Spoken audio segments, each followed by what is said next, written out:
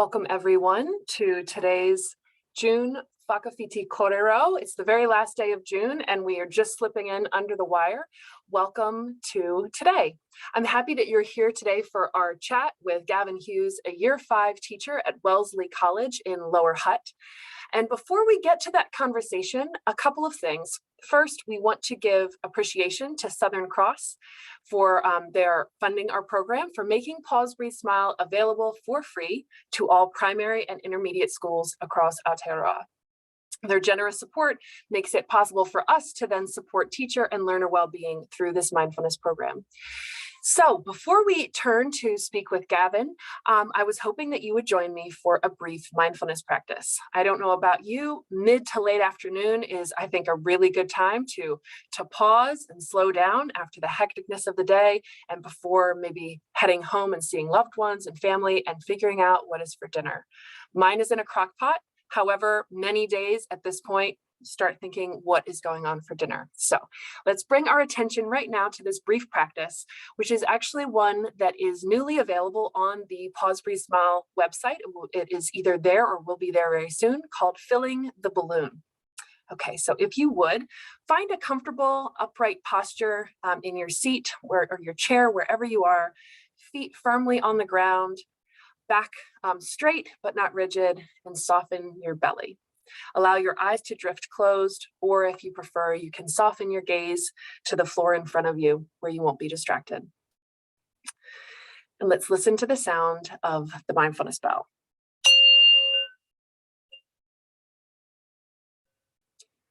Today, we are going to practice something that can help us when we feel flat or down. Sometimes we might look calm on the outside to others, but inside we may feel a little blue. To practice being mindful means to notice and to be with whatever emotions we are feeling at any given time. So this isn't about denying how we're feeling or putting a smile on when we don't feel like smiling. Instead, let's practice our breathing. Our breath is always with us, so we can use it to regulate our emotions back into our green zone. So as you tune into your breath, see if you can feel how your in-breath fills up your belly and your chest like a balloon.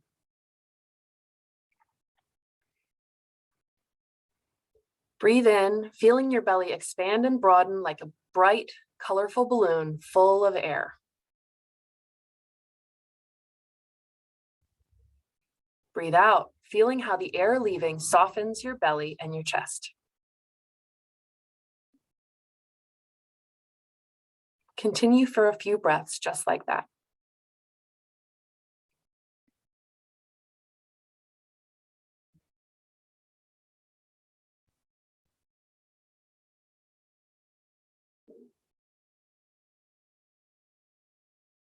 Now, with your eyes still closed, remember a time when you felt flat, like an empty balloon. Maybe you know why you felt that way, why you felt flat, like feeling disappointed in your performance on an exam or in an athletic event. Maybe someone said something unkind to you. Or maybe you don't really know what made you feel a little flat. That happens sometimes too. Keep noticing your breathing. As you breathe in, picture the balloon of your body getting filled up with beautiful, bright air. As you breathe out, imagine the balloon floating gently. Let's breathe together, picturing the balloon of our bodies being light and full of good air.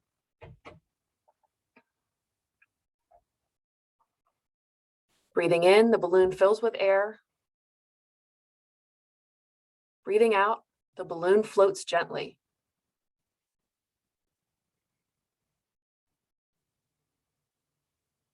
Breathing in, the balloon fills up. Breathing out, the balloon floats.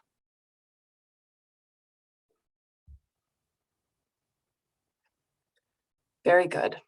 We can use our mindful breathing to fill ourselves with goodness when we're feeling a little flat or down. And now we sound the mindfulness bell again, smiling, breathing, listening to the bell.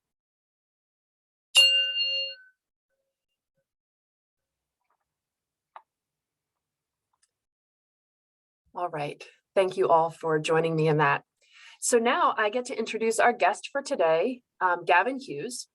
Gavin is a Year 5 teacher at Wellesley College in Lower Hutt, School for Boys. He's here with us today to talk about his own relationship with mindfulness, as well as share some insights from his work with Pause, Breathe, Smile. And he has some interesting stories to tell about how he helps Kiwi boys develop emotional literacy and self-awareness. So, Gavin, thank you so much for making the time to talk with us today. Kia ora, Janelle. No problems at all. My pleasure. I'm so glad that you were able to make it. So to start, you were trained in Pause, Breathe, Smile a while ago. Can you tell us a bit about what first inspired you to look into mindfulness? How did you come to mindfulness?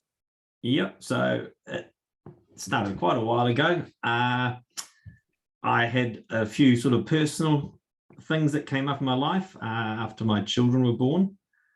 Just a few issues I had, and I had headaches, and I couldn't get rid of my headaches, and I had a whole lot of sort of medical things that I thought was going wrong with me, and I went to the doctor, and I got a lot of things done, and at the end of the day, the doctor said, look, everything's in your mind, it's obviously stress, there's something going on there, and gave me a psychologist, the name of a psychologist, and I was like, whoa, okay, that's a bit weird. So I went along to the psychologist, and it was amazing having a chat with her.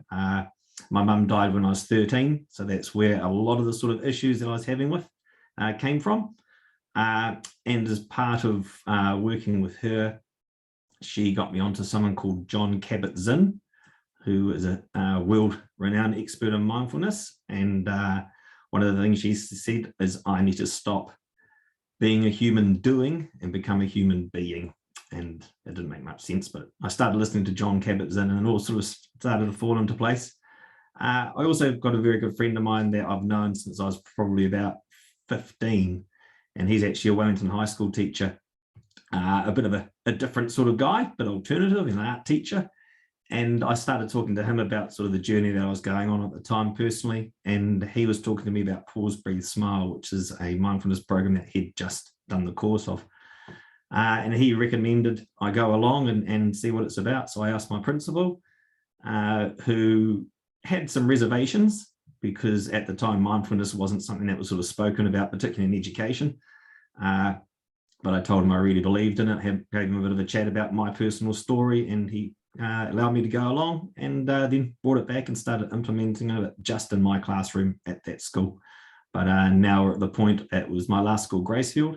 I've now been at Wellesley for 4 years, and now it's a school-wide program that everybody does at our school. So we all practice mindfulness. So yeah, it's come a long way in my education practice, but personally as well, still use mindfulness too.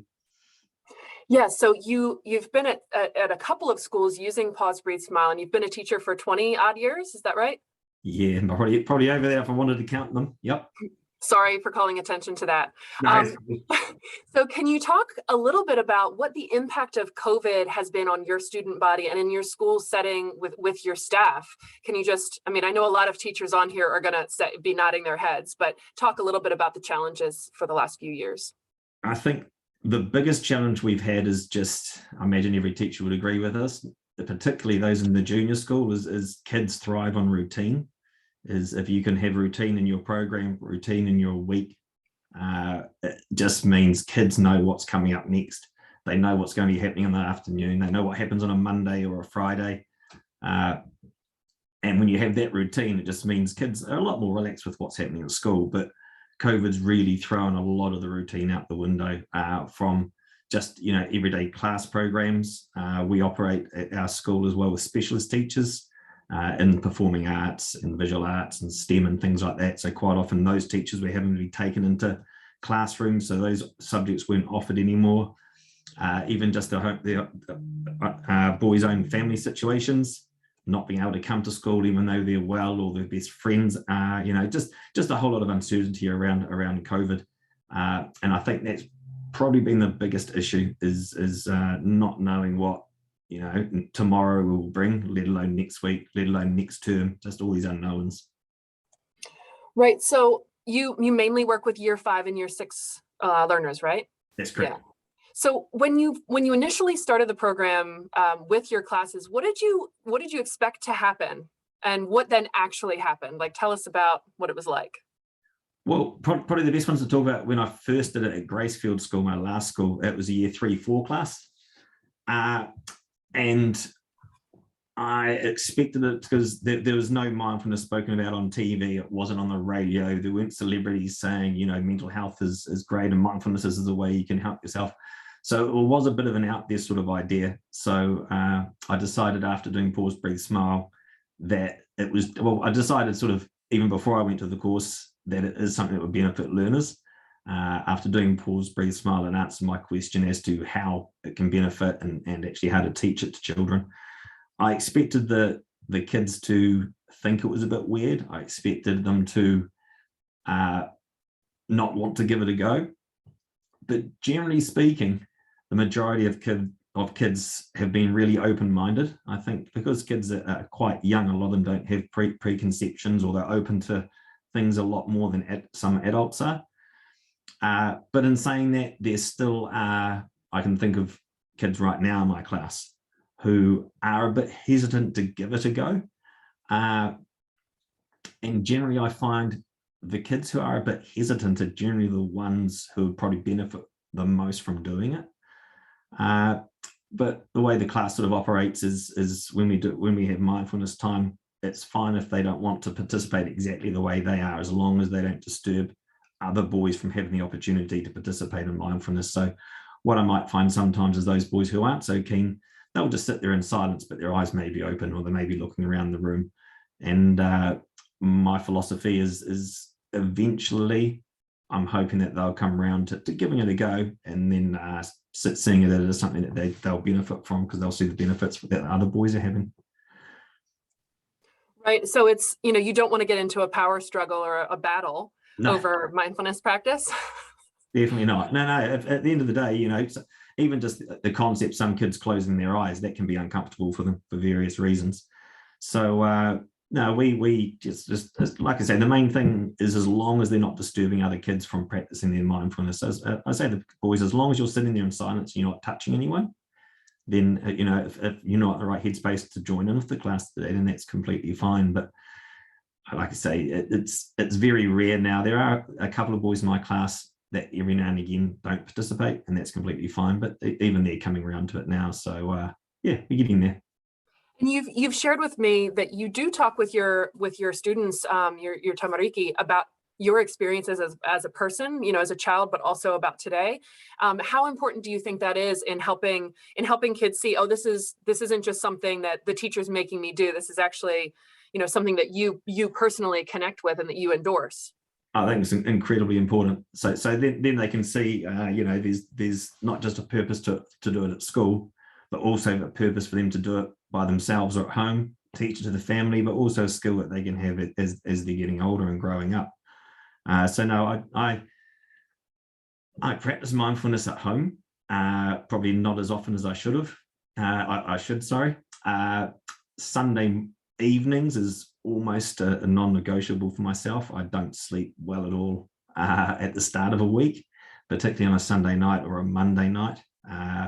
Imagine it's the same with a lot of teachers, just lots of things going through my head. And I quite often wake up at 2 in the morning and have some ideas about what I've got to do the next day. And then I'll try and get rid of the thoughts, and they'll stick in my mind. And an hour and a half later, I'll fall back to sleep, and I'll wake up in the morning and go, it was such a small thing. Why did that keep me up for an hour and a half? So that's how it used to be. But now every Sunday, I have a Shakti mat. So for people who don't know what a Shakti mat is, it's basically a mat with a whole lot of little spikes on it. And the idea is to lie down on that, and basically I put on my headphones, put on some relaxing music, and I lie there for generally about half an hour to 40 minutes before bed. Put a blanket over the top of it so I'm nice and warm, and I've already brushed my teeth and done all my jobs. So basically, once that 40 minutes is up, or I've decided enough time, I just get up and basically go straight into bed, fall asleep, and generally that's me until it's time to wake up. So it's really helped my sleep. But yeah, the ironic thing is it is hard at times to fit it in. but that's the irony, saying I'm too busy to fit in mindfulness. Well, that's sort of, no, it's an oxymoron. If you're too busy, that means you need to fit in mindfulness. So you know, it's really good. And one of the practices I just started with the kids the other day, I was telling them about my Shark Team mat, so it got me thinking. So there's in maths these little things called multi-link cubes. It's just a little square sort of 3D sort of cube. So the ones we started doing now is the boys lie on the floor and they put that under their body somewhere, so under their back or under their shoulder blade, somewhere a bit uncomfortable. And they just got to try and focus on their breath to the point where they're actually blocking out the idea of that feeling of that sort of uncomfortableness, and just sort of focus on there. So that's worked really well. So we've just started that last week. So that seems to tie into something you've told me in the past, which is that when you're working with boys or children in general who are resistant to doing mindfulness together, or a little dubious, that you kind of get them to tap into the idea of a challenge. And that seems like a really specific exercise that can help them with that. Can you say more about how you leverage that idea of competition or challenge to get maybe resistant kids on board? Yeah, I tell them that it's not easy. Mindfulness is not easy, and it's not meant to be easy. Your mind is meant to wander. I mean, it's talked about all the time with pause, breathe, smile. Your mind will wander, and it does wander. It's designed to wander, and it's natural to wander. So I don't want the kids to think that they can't do mindfulness. The fact that you're trying mindfulness means you're actually doing it. But what I do talk about is when your mind does wander, or when you've got your eyes closed and you hear a door close, or maybe a kid running past down the hallway yelling, see those things as little challenges. They're little challenges that are trying to get your attention away from your breathing, and then see if you can actually just keep your mind focused on your breathing. And sometimes I'll have somebody walk in the classroom and I'll open my eyes and a teacher will just say, "I'll put it on your desk." And I say, "Fine, put it on the desk." Then at the end of the mindfulness, we'll talk about that. And some kids don't actually say, well, they tell me that they don't even hear the teacher saying, "I'm going to put it on your desk," because they're focused on their breathing. So little success stories like that are really great. But no, I talk about, boys love competition. I think kids do, but particularly boys. So I do quite often talk to them about the fact that it is a challenge, and any noise, any interruption, or even just the urge to try to open your eyes, just to have a look around, see that as your brain giving you a little challenge, and you just trying to win those little inner thoughts just by focusing on your breathing or coming back to your breath again. I love that, because I think sometimes we might have a temptation to view mindfulness as anti-competition, right? Like who can meditate the best, who can be the most mindful. That's not really probably very useful. But the way you're putting it is, notice, you're strengthening yourself, you're becoming more mindful, you're becoming more aware. And each time you do it, you're strengthening that attention regulation muscle. And so it's a competition with the things that would pull you away, and also with your own past ability, where hopefully you're continuing to build that capacity to stay attentive. And I think that's really, the way you put it is quite it's nuanced. We don't want kids competing with each other, and yet as a challenge. I definitely don't want them to see that it's an internal competition. I say it's a competition that's inside your mind, just with yourself. And at the end of the day, the only person that knows how it went is you. And that's all that matters. So, at the end of it, sometimes we'll have a little talk about how the mindfulness session went, but other times we won't bother about it. We'll just move on with our morning. So you've seen firsthand the positive benefits that practicing mindfulness has on children in your school. Are there any particular children who kind of stand out in your memory? You were saying that sometimes the kids who have the hardest time at first, really are the ones who benefit the most. Are there any specific children who you remember that you want to tell a story about? There's one boy that pops into my mind. There's a couple.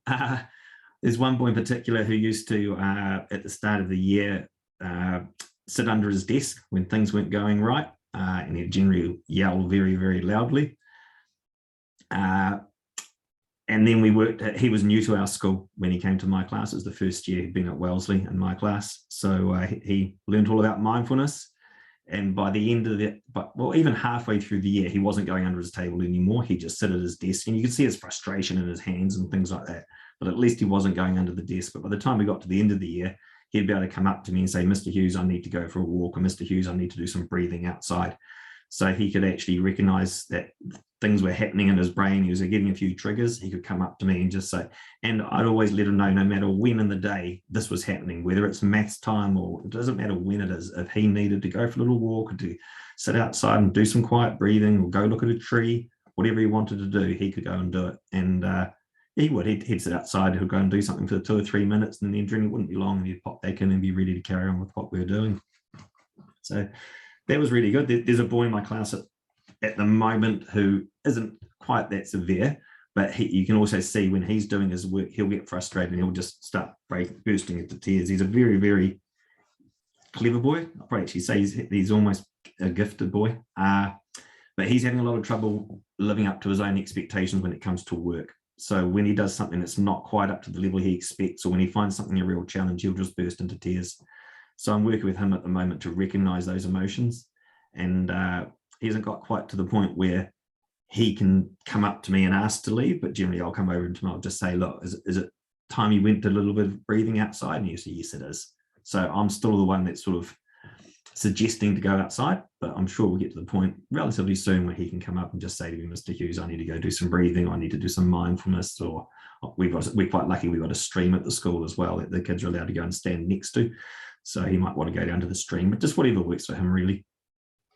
Yeah, I love both of those stories, and how nature plays a part, and like looking at a leaf or looking at a tree or watching the clouds and getting that fresh air, where it doesn't take that long to reconnect and to start soothing ourselves through getting in touch with green things, Yeah, and one of the best ones I can remember us doing as a class as we went out one afternoon.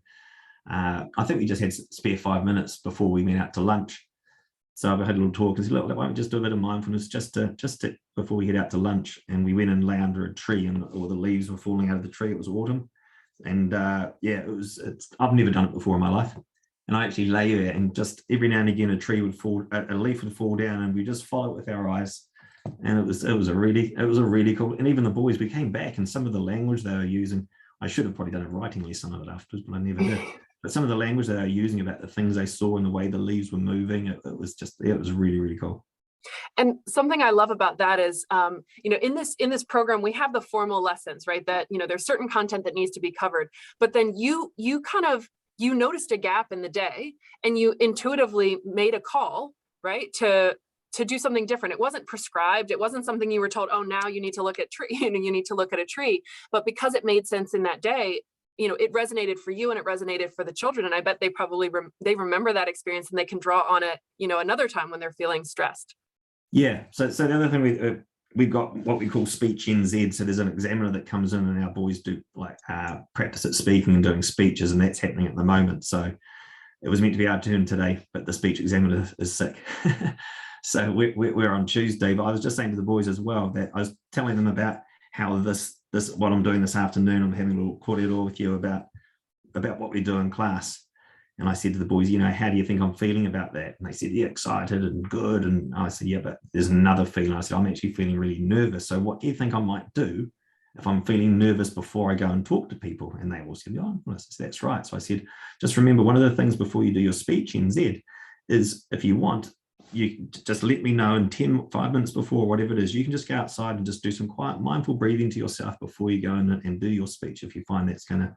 And I just said, roughly, hands up, you think you might like to do that. It's about half the class put their hands up. So again, it's just showing them that when I get nervous, I use mindfulness in my life, and that's what I want them to do as well. So, and yeah, we definitely get in there with it. That's awesome. And I love how that's modeling, like showing them, hey, I have difficult, tricky emotions sometimes too.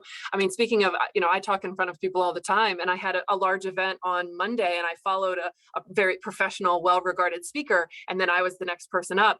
And I noticed when I first started speaking that I was speaking quickly and my voice was kind of tight. And I thought, okay, it's time to practice what I'm talking about. And kids pick up on that, right? Like they can tell, they can sniff out if you're teaching them something, but you're not actually using it.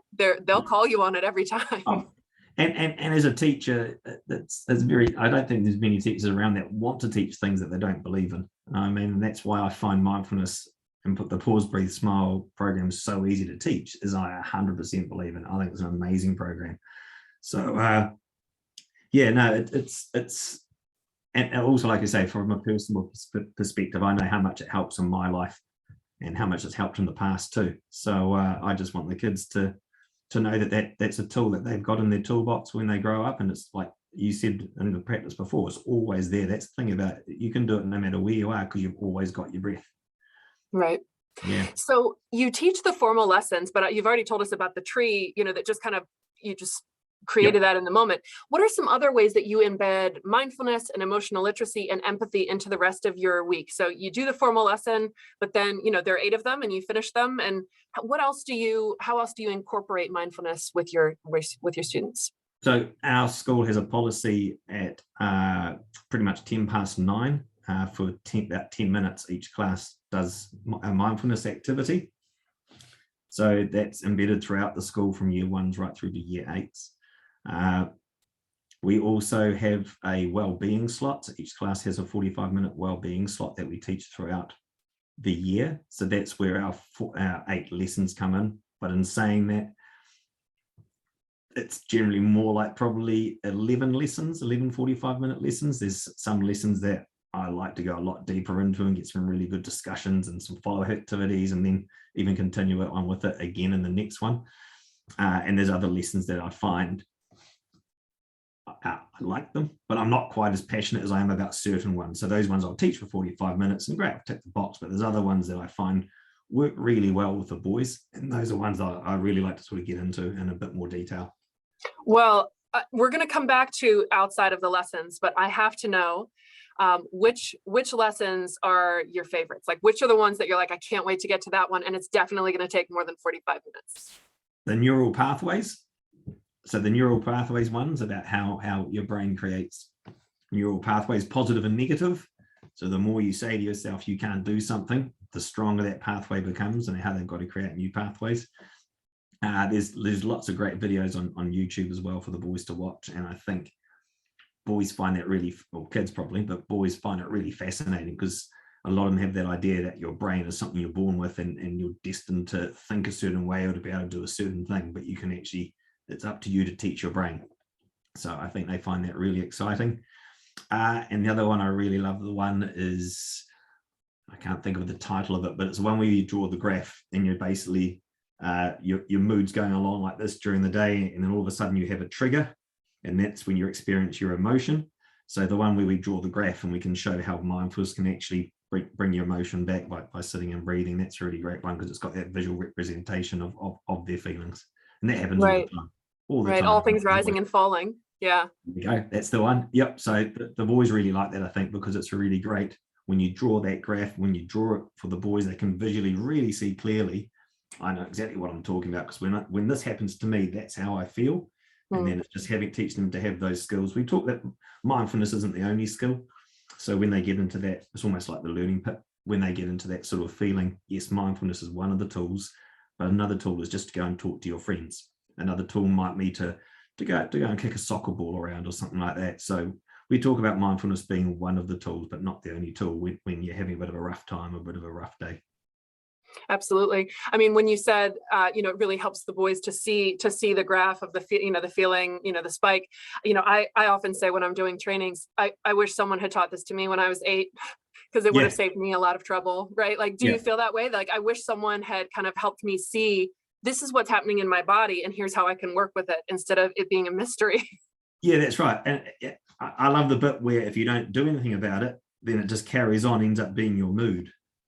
And to me, it's like that when that one, it's like, that's exactly what a mood is. A mood is when you have a trigger that sets you off and you stay in that mindset, you don't do anything about it. And that's you for the next, hour, 4 hours, day, whatever it's going to be. So I think that's really cool too, is seeing that if you don't actually do something about it, then you stay at that level.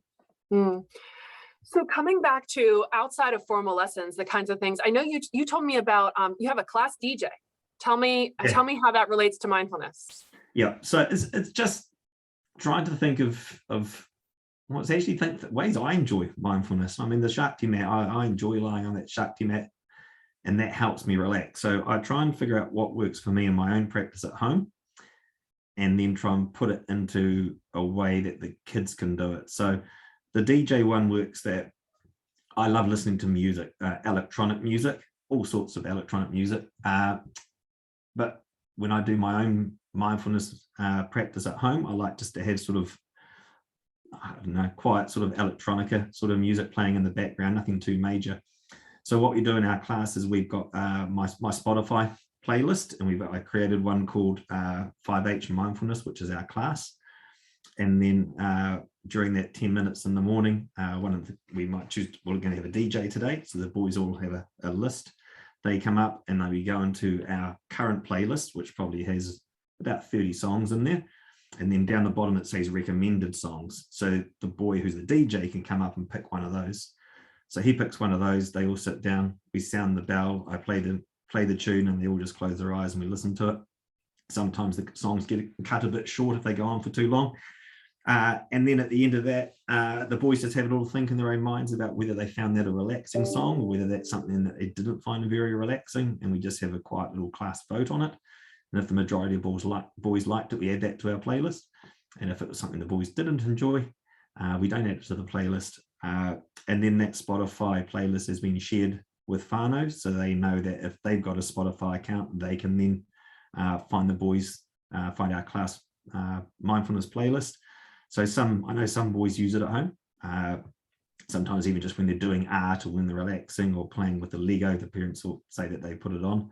But we also use it in class. So when the boys are doing some sort of work and I want some quiet time, I'll put our mindfulness music on so they can hear that in the background, and they know that when that music's on, that there's a time for them to be mindful with whatever activity they're doing at the time. Yeah, that's awesome. And I love that idea, because music it is a language that kind of can help us settle, or it can ramp us up, right? If you think about, you go to a professional sporting event, the way that music is used to kind of hype the crowd. And so it's, I love that you found a way to kind of, to bring that into the classroom, to just support outside of needing to talk about mindfulness, but here's another approach, or here's another way to use it. You also told me a little bit about how mindfulness doesn't need to be kept separate from other content, where it's like, okay, we need to do this or we need to do that, but actually there are ways that mindfulness can reinforce. You were talking about emotions in Māori, and how you do a check-in with your learners. Can you tell the people on the call about how you do that? Yeah, no problems. We're going to be doing this one next term, so generally do it halfway through the year. So when we call the roll in our class at the moment, I'll say hello to the first boy. So I'll say Morena Anthony, and he'll say Morena Mr. Hughes, and then he says a greeting to the next boy. So they basically, instead of me calling all the names out, they call out the next person in the roll, and I'll just sit there and mark the roll. So what we're going to do next term is, as part of our Māori, we'll be doing Kei te pehe koe, which is how are you? So I'll start off by saying Kei te pehe koe Anthony, and then I'll be teaching the boys to start with. It'll probably be happy and sad. How they're responding to that, and then as time goes on and as boys get more confident with those two responses, we add in a few more. So by the end of the term, they'll probably have 10 or 15 different responses in te reo as to how they're feeling. But the other thing that we do is, so basically that goes through the list. So by the time you've heard all the boys talk to each other, they've all given a response to how they're feeling. What we also do though is we get the boys to listen for each other's responses. So if somebody does say, Kei te pauri, I'm feeling sad, then I just say to the boys, all right, I want you to think of somebody's response in your mind at the moment that you may need to support a little bit more today. And we don't name who the boy was. And I just said, okay, I want you to think about that boy right now and how he's feeling at the moment. We don't need to know the reasons why, but that's how he's feeling and that's his emotion. What are some things that we can do to support those types of boys in our class today to make sure that they have a great day in our class? And then they'll come up with little suggestions as I can actually make sure that he's got someone to sit next to him at morning tea, or he can join in my Foursquare game. So we just have a brainstorm of a few actions that the boys could actually do during the day just to support their classmates. So yeah, that's that one. Yeah, that's great. That's I like that one a lot. So let's say someone is on this call and maybe they just got trained in Pause Breathe Smile. Maybe they were trained last week and they're starting to think about how they're going to implement it in their classroom. What advice would you have for a complete newcomer to the program, to Pause Breathe Smile? What would you say? Hey, this is going to really help you. This advice. I think try and put into your own personal practice first. Try and actually, even if it's for a week, try and just do a week of before bed, even just 10 minutes of just finding a place in your house that you can go, that you can lie down, or somewhere that you know it's going to be peaceful before bed or sometime, and start just doing it in your own personal life. If you can, John Kabat-Zinn I'll say his name again.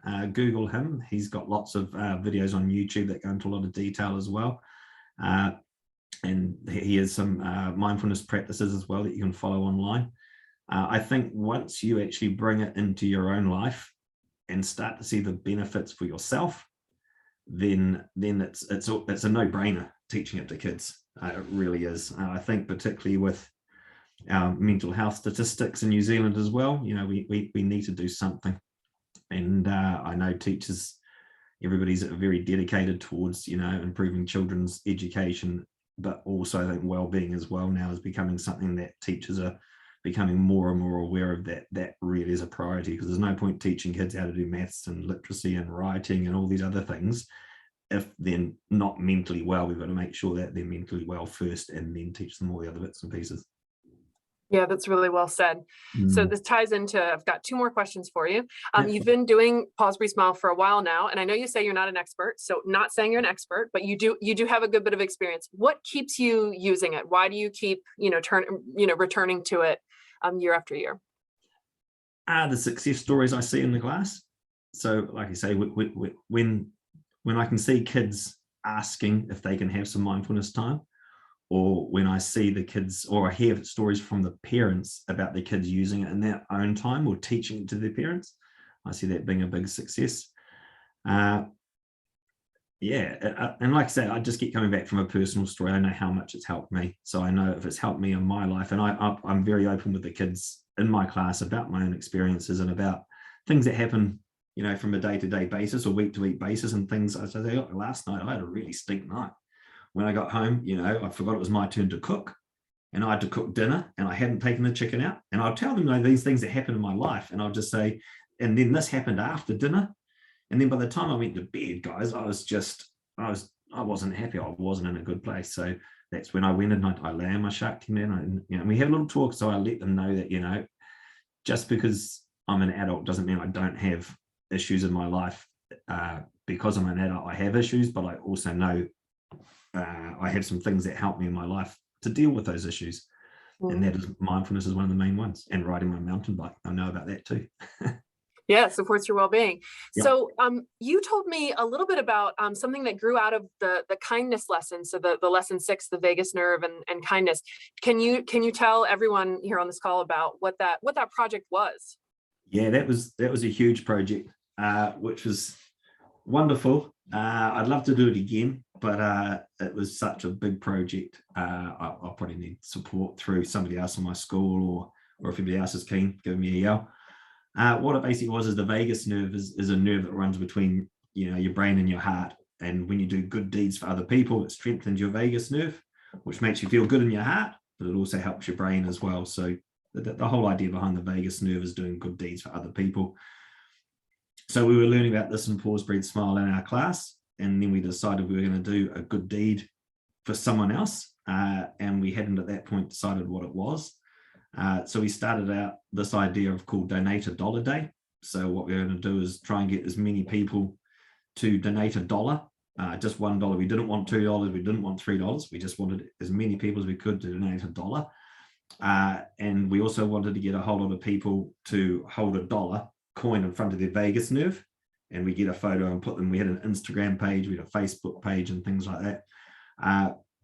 So the boys were going around at rugby games at the Hurricanes, and there's another boy whose parent was a politician in Parliament. So we got all these celebrities. We got John Kerwin and other people holding the $1 in front of their vagus nerve on our Instagram.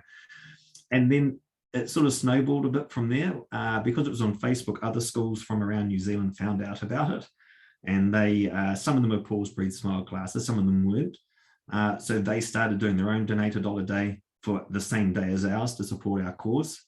So what the cause ended up being is we had a low decile school up the road who'd just put in a bike track, but a lot of the kids couldn't afford bikes and they didn't have bikes, and they were getting some donated ones, but they were pretty old sort of bikes and were just causing more problems than anything. So we said, well, that's what we're going to do, is we're going to get all these dollar coins, put into our bank account, and then we're going to end up going and buying bikes. So I think we ended up getting about 16 brand new bikes for the school. And it was just great, just that the whole, not just seeing the lesson of the vagus nerve just come to fruition and actually seeing the practical side of giving things away to other people. And yeah, it was a really special lesson. We ended up getting on 3 news as well, which the boys were excited about. We ended up getting on the news. The Dominion Post came out. There were lots of bits and pieces. So yeah, it was a great project. So each group, we had one group in the class were in charge of media. Another group was in charge of, there's a teacher aide that helped with the Instagram. So that they were on Instagram. So it was also good because we talked about social media as well. And, you know, social media, particularly Instagram and a lot of Facebook and things, gets a lot of bad press. Whereas we're also trying to teach boys that yes, this happens. There is some bad things that happen on the internet, but there's also great things you can do. And so we used used that as a great lesson to look at cyber safety and things like that as well. So I mean, again, it sounds like you know, because you're familiar with the program and you have your own practice, you know, and that you see the value of it, you're able then in the classroom to kind of see opportunities to incorporate and blend mindfulness or blend that approach, as opposed to it needing to be, okay, now it's mindfulness time and now we're done with mindfulness time, right? Yeah. And I think maybe that's how we all need to start, is by seeing it as this. But we all know that the kids learn the best when those things are synthesized, right? Where they're seeing the connections between social media and mindfulness and how we treat other people. Like that's actually the richest kind of learning we can do. And so I think, yeah. The best one I can sort of think of is something that was relayed to me many years ago to do with Te Reo, is if you're trying to teach Te Reo in your class, yes, you should have a time when you actually teach them vocabulary and teach them phrases. But a lot of the research is showing that children were believing Te Reo was when you spoke in Te Reo lessons. That's when you spoke Te Reo. Whereas they were saying the research that's coming out now is showing that it's actually when you embed it in your everyday language, when you're just dropping it in through your normal conversations throughout the day, that's when kids really start to use Te Reo. So it's the same with mindfulness. Is yes, you do want to teach mindfulness during your pause, breathe, smile lessons, but you also just want to have it drip fed throughout your day or throughout your week, just when necessary as well. So they don't just see, you know, mental health and well-being and pause, breathe, smile is something that we do for 8 weeks and that's it over. It's something we learn about. It's something we actually carry on throughout the term, throughout the year, and hopefully throughout their lives too. Well, Gavin, I know that you've said a couple times that you do not consider yourself to be an expert, but I'm really confident, just from comments people are making, as well as just how useful and beneficial you're sharing, you know, your personal experience, as well as how you use it in the classroom. I'm sure that everyone got something that they kind of gleaned and they're able to take forward from today. So thank you again so much for your Pleasure. Your sharing and your time. And I hope that you're going mountain biking, right? I am, yeah, Thursday night. That's my other little thing that helps me, is every Thursday night, no matter how rough my week gets, me and my mates always head out into the Thursday and get together, and unless it's really horrible weather, then we just go straight to the pub. Well, I fully endorse that idea of what you're doing, and it's so great that you have a group of guys who you go out with, and I know that, you know, there's sharing and conversation that happens there. Yeah. So thank you again so much for your time. Lots of people are chiming in and saying thank you and how much of an encouragement this has been to them. So no problem. Really, you're welcome. And like I say, if people want to get hold of me, I'm more than happy to try and help them. But like I say, I'm definitely not an expert, but yeah, I do have a fair bit of experience in the class about what I found has worked. And just my advice is just to give it a go. Just if you think it's going to work, give it a go, and you'll be quite surprised at how open kids are to doing things. Yeah, that is really wonderful advice. So thank you again, Gavin. No problem. And just for everyone else, as we are winding down, it's 4:14. Always honor the end time, honor the start and the end time. We do have another Whakawhiti Kōrero coming up. It's not till August, but it's the 18th of August, same time, 3:30 to 4:15. And we will be announcing who the guest speaker is for that. But Gavin, again, thank you so much. Thank you all for joining us, and go well and take care of each other. Ka kite. Thank you. Kia ora.